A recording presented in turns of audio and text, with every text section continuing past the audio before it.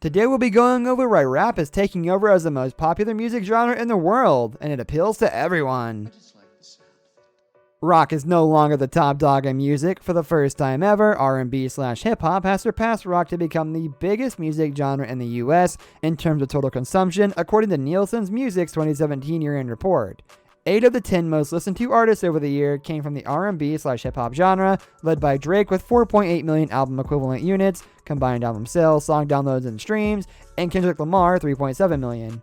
Rap also experienced the second highest growth of any genre, spiking 25% over 2016 and coming in just behind Latin music, which was up 30% in total volume. Hip-hop dominated the charts in 2017 with viral hits such as Lil Uzi Vert's XO Tour, Live 3, Future's Mask Off, and Post Malone's Congratulations ranking among the top 10 best-selling tracks of last year, according to BuzzAngle Music and Media Base.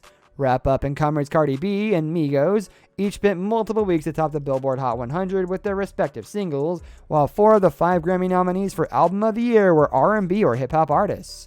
Album and song sales were down overall in 2017, dropping 19% against the year before, but streaming surged in their wake, growing 43% with 400 billion streams total.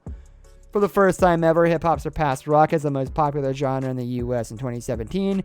According to Nielsen's year-end report on the music industry, Nielsen said the hip-hop and R&B genre ended as the largest genre of the year in terms of total consumption, which includes album sales and album equivalent streaming figures. 7 of the top 10 most consumed albums of the year came from the hip-hop/R&B genre, with Kendrick Lamar's Damn taking the second spot behind Ed Sheeran's Divide. Drake and Lamar came in first and second respectively on Nielsen's list of the 10 most popular artists of the year in terms of total consumption. 8 of the top 10 artists came from the hip-hop/R&B genre. Nielsen noted that the growth and popularity of the hip-hop/R&B genre was powered by a 72% increase in on-demand audio streaming in the genre. Overall, on-demand audio streaming saw a 59% increase in 2017. This figure boasted the total volume of music consumption up by 12.5% compared to 2016, despite year-over-year declines in album and track sales. 2002. If you look at the charts through 1996, rock influenced music-dominated sales more than anything. R&B and pop may have dominated radio during this period, with hip-hop being roughly equal to rock in terms of airplay or even slightly ahead, but rock music sold the most. Metallica's Black Album is still the best-selling album of the 90s and beyond, with Alanis Morissette having the best-selling pop album of the era with Jagged Little Pill, selling more than any record by Mariah Carey, Britney Spears, the Spice Girls, or the boy bands.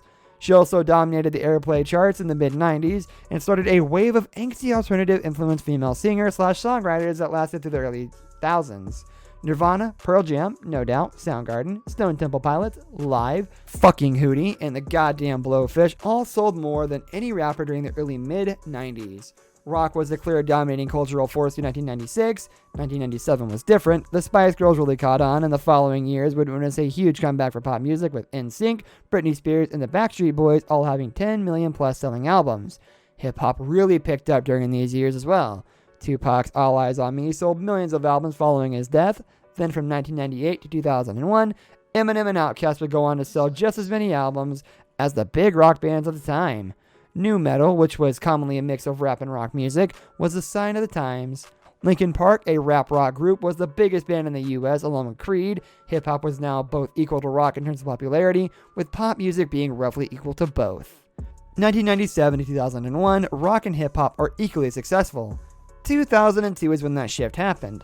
Nickelback and Creed, among other post-grunge bands, all had very successful albums and singles, but hip-hop had more.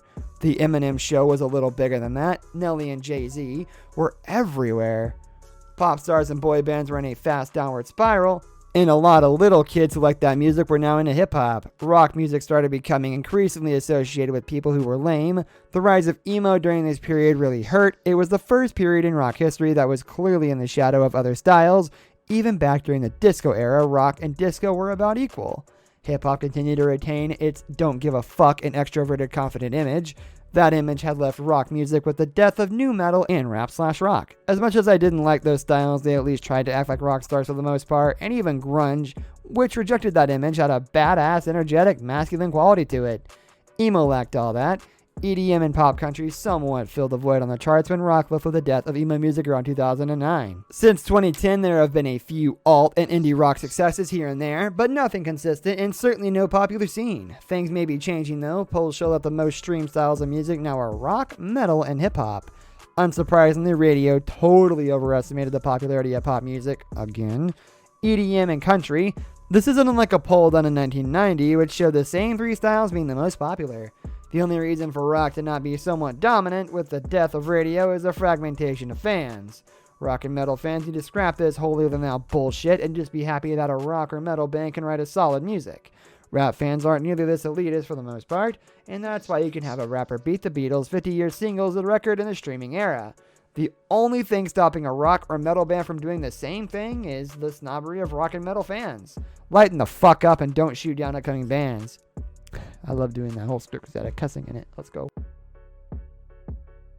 This brings us to the end of our video. I hope you enjoyed it. Hit like if you did, and don't forget to subscribe to our channel so you don't miss out on any of our videos in the future. I'll catch you next time. Goodbye.